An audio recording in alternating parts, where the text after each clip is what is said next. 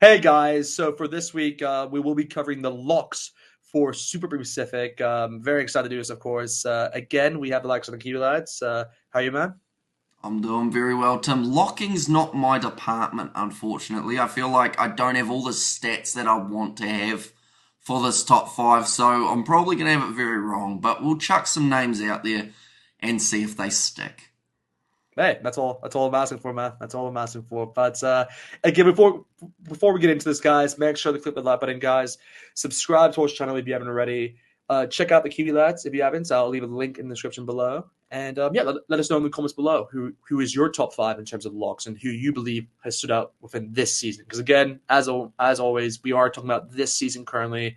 We're all the way up now towards what round 13 of the competition. So we're going off what has been played so far. But yeah, I'll let you kick it off. Who is your number five choice in terms of top five locks?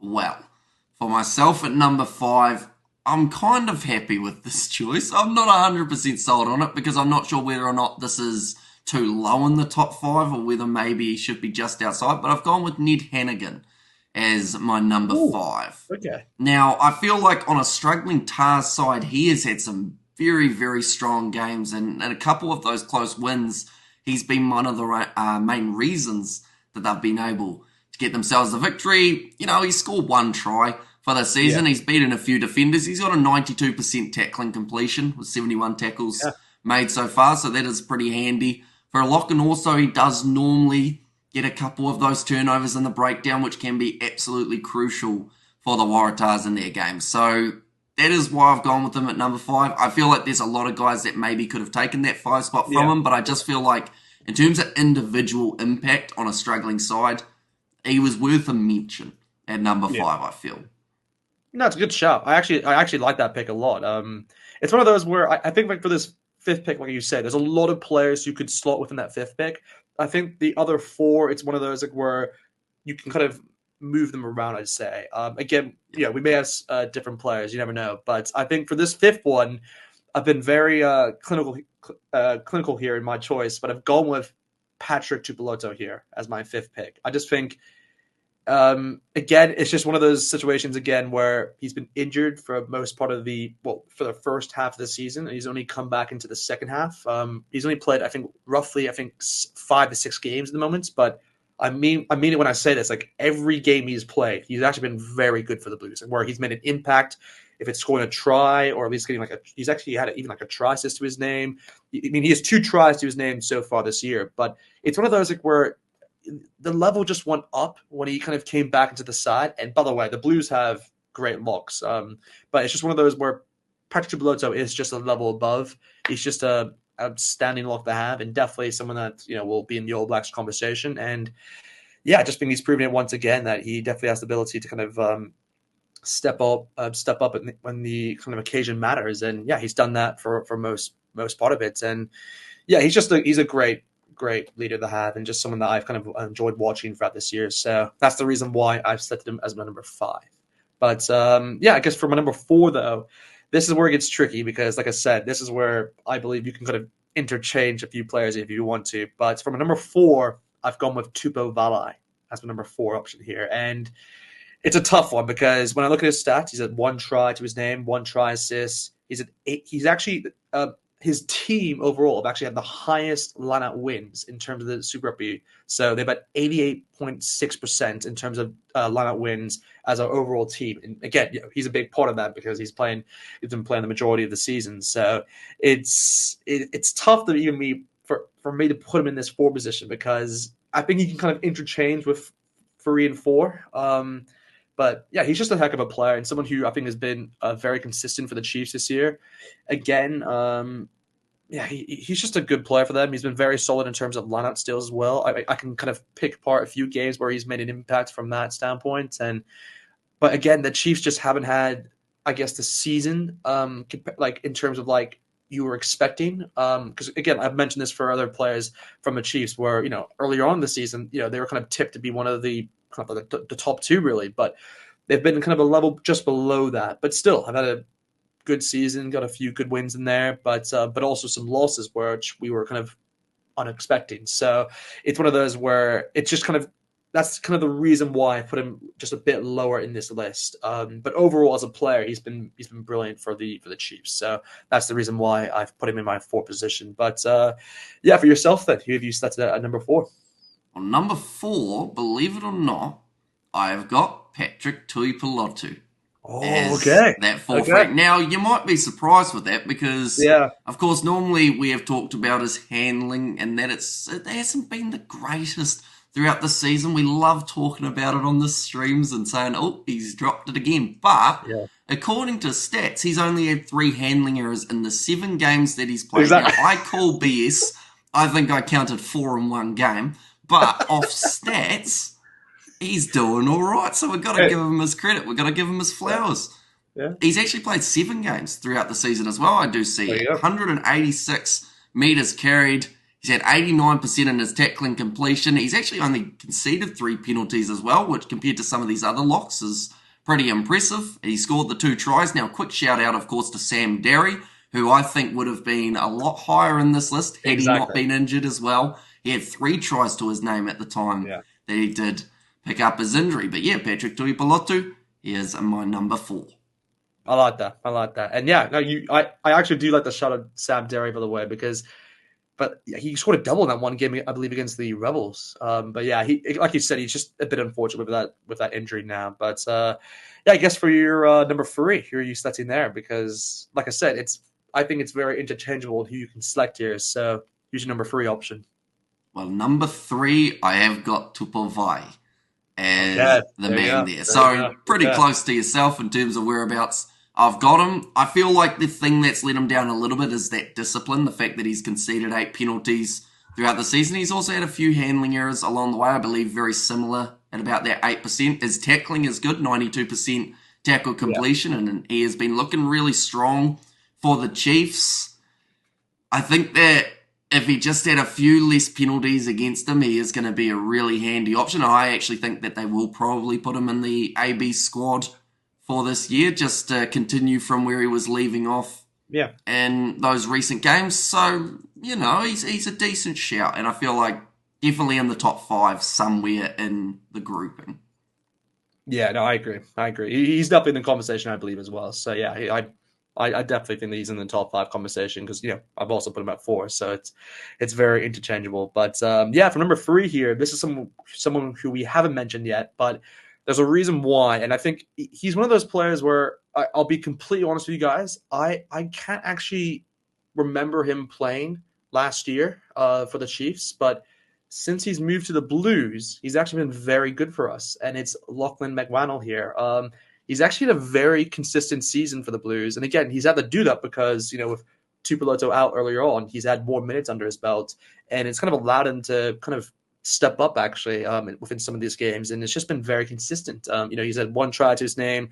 He's individually won 31 lineouts for the Blues, and again, in terms of the Blues team kind of overall statistic there for lineouts, they're at 86.1%. So it's pretty good. Not like, up there with like in the top 3, but still very good in terms of like, what kind of lineout success. And again, he's been a big part of that because like I said, he's played the majority of minutes from a lock standpoint. So yeah, I just think out of the 3, it's crazy because the Blues have McWaddle, Sam Derry, and Tupeloto, and all 3 of them you can make an argument for. So like it's one of those where I felt really bad not including Sam Derry, but it's one of those where, and not to give any away, I haven't selected him, but it's just one of those where he's definitely one that I considered. But I just felt I think these 2, in terms of McWannell and Tupeloto, have had better seasons. So that's kind of the reason why I selected him within this top 5. And I just think he's been really good this year for the Blues. Just someone that I didn't expect to be as good as what I've seen so far. So that's the reason why I've gone with him in number 3 position. But yeah, I guess moving on then towards the number 2. This is where I think it's a 1 and 2. And I think this is where I would like to think we'll have the same 2 here, but we could have a difference here, guys. Difference here. I've gone with Caleb Delaney as my number 2 for this. And it's tough me saying this because he's actually been remarkable. He's probably been like the standout kind of like lock in terms of like young prospect because he's just come out of nowhere really, and it's been just so impressive for the Hurricanes. I mean, he has one try to his name, one try assist. His team overall has 87.3% in terms of lineout wins. So he's from that standpoint, he's definitely been doing a good job. And yeah, he's just been a bright spark for them in terms of locking department. And again, he's had different partners throughout kind of the season. If it's Isaiah Wakawawea or if it's gosh, like Sangster at times, who we've mentioned before. There's even I guess gosh, I'm forgetting his name, Tucker as well. So it's one of those where they have kind of interchangeable locks there. But Delaney, to be fair to him, has played a lot of minutes this year, and I just think he's been really a standout player for the Hurricanes. Yeah, so I guess in terms of the top three as well, you can make the argument that he's been their top three in terms of like players this year. So that's kind of the way I see it with him, and that's the reason why I've gone with a number two. But it's harsh because you can make the argument he's a number one, but I think there's someone who's just slightly had a better season than him. But we'll see what you select here. What's your number two, man? Well, first of all, I just want to quickly brush upon Lachlan McWannell. Yeah, And I mean, he has been thoroughly impressive throughout the season, and something that I was thinking about in terms of compared to Tupavai, right? Tupavai, he's given away 8 penalties, he's had 8 handling errors, whereas Lachlan McWannell's only had 2 and 2 in that yeah, department. So yeah. thoroughly impressive.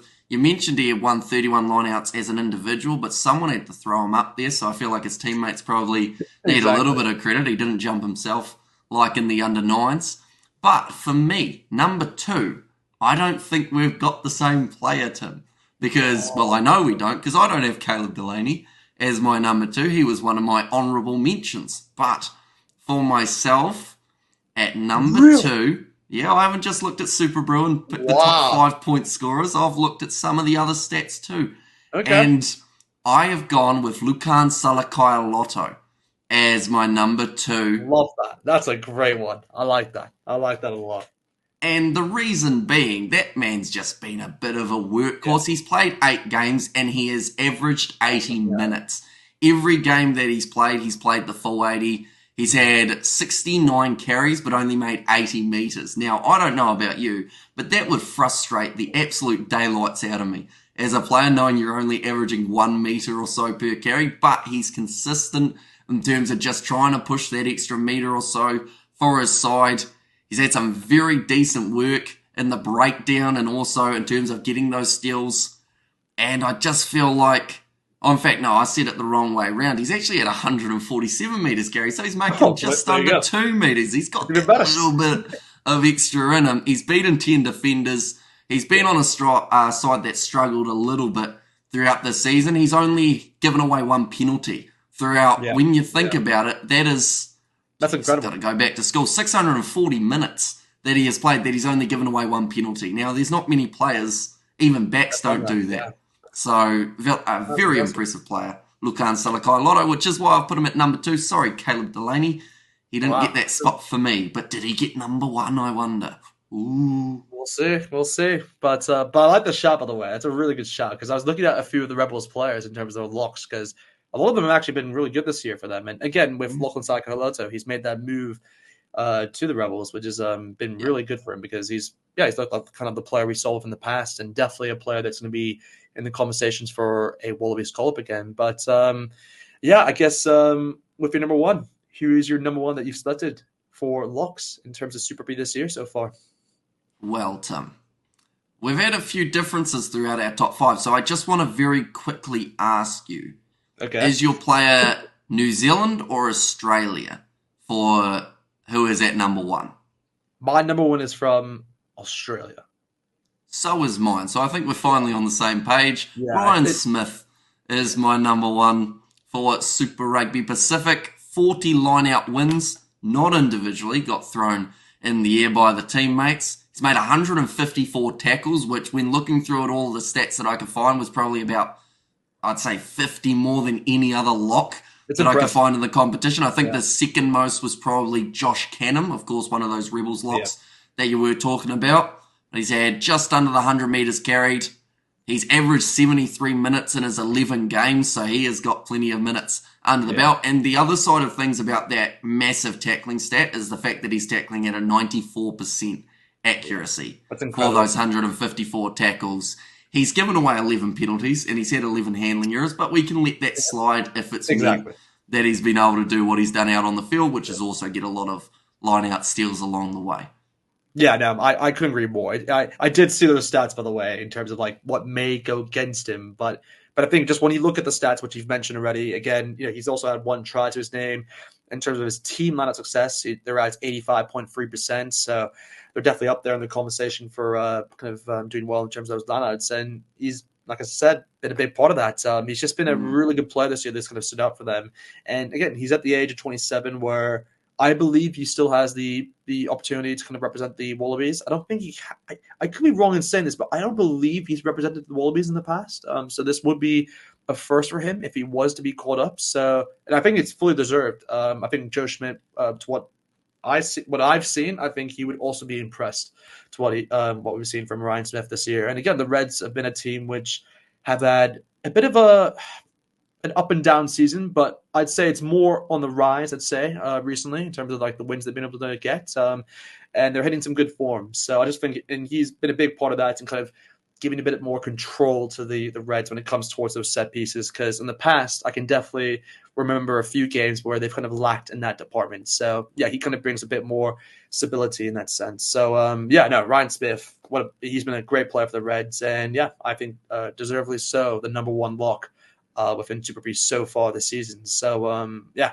just he's been impressive. But again, like we always like to do, we will mention a few honorable mentions here in terms of locks who have just missed out. Again, we have kind of mentioned Caleb Delaney already. I was going to mention Lokansai Kailoto, but you've already done it for me, so that's awesome. I think the other two Rebels locks I did want to mention was Josh Canham, who we have mentioned, as well as Tuolima. He's another one who it's a bit of a weird one for him because he has been interchanging as a lock and like as a number 8. So I guess his statistics are a bit like, I don't know, like you can't read everything into it, but still he's been pretty good for the Rebels. I mean, like who else have we not mentioned so far who's been pretty good this year? For me, I actually had Jamie Hanna as an honourable mention for the Ooh, okay. Crusaders. Very young Yeah, player. His yeah. handling's let him I down a like little it. bit, Yeah, but I can see that. he's had 99 carries throughout the season, 133 meters carried, so he gets really into his Yeah, work. I like that. And the Crusaders, they went through a patch where Scott Barrett wasn't there, and they needed someone to step up. Yeah, And I also think that Don Gardner hasn't done too badly for the yeah. Crusaders in that department as well. Another player that I actually had on the list was Fabian Holland for the Yeah, see, that's, Highlanders. I felt yeah, like he was one yeah. that needed a He's bit been of a good. shout. My list goes on if you really want to hear it. Alan Craig for Moana Pacifica, I think has had a Ooh, pretty okay. I like that. strong I like kind that of shot. season so far. I think he's made 106 tackles. So he was Yeah, almost second on the list with 92% accuracy, brought in due to that injury, yeah, and just looked good ever yeah. since. So yeah, a few Mhm. more. I mean, I still have about 3 more, but I won't bore you Yeah. with them. So I mean, there's. I said like if there's. Let me guess a free. There, I'd say Nick Frost. Is he one? he was, but he's also played a little bit of six throughout the season. So I think that is why Yeah, I took I him out guess. I mean, Jeremy of the Williams. I think equation. Jeremy Williams has to be one. I think recently he's been really good for the Western Force. He's one I put in the conversation, but maybe not. He hasn't had the amount of games maybe to be put into that top 5, I guess. But Mm. I'm trying to think who else. There's I mean, Rotel Sia, I guess from the Fijian Drua has been pretty good for them. Just been very consistent, I'd say, throughout. There's yeah, I guess his teammate also Vossi. There's who else is there? There's been I mean, Josh Cannon, actually. Actually, no, we've already mentioned it. I'm trying to think. Who are the other players? I'm actually curious now to know. I mean, I did have Tom Franklin in there as well, a little bit of Western Okay, Force yeah, shout. Just fair enough. pretty much an unknown, to be honest, in terms of most people for their Super Rugby Pacific season. But Yeah, I felt like he had some good moments. If Isaiah Walker-Leahwoodi's hands worked a little bit better and he stopped giving away penalties, he might have exactly. got a bit of a shout there, definitely Yeah. after that last game Oh that we gosh, saw him in yeah. action up against the Blues. And then I also had Jed Holloway for when he was playing a little bit of lock. I like that. But Yeah, yeah. but he's played That's a bit similar of loose towards forward Tuolima. as Like that's well. why Yeah. I kind of didn't consider him in the top 5, just because Mm-hmm. he's been playing both positions. But yeah, no. And I've now got a that we've lot. named every lock in Super Exactly. We've named Rugby, every block of the competition essentially. But No, that's good. That's good. But yeah, we'll leave it there, folks. Hope you guys enjoyed that episode in terms of top five locks.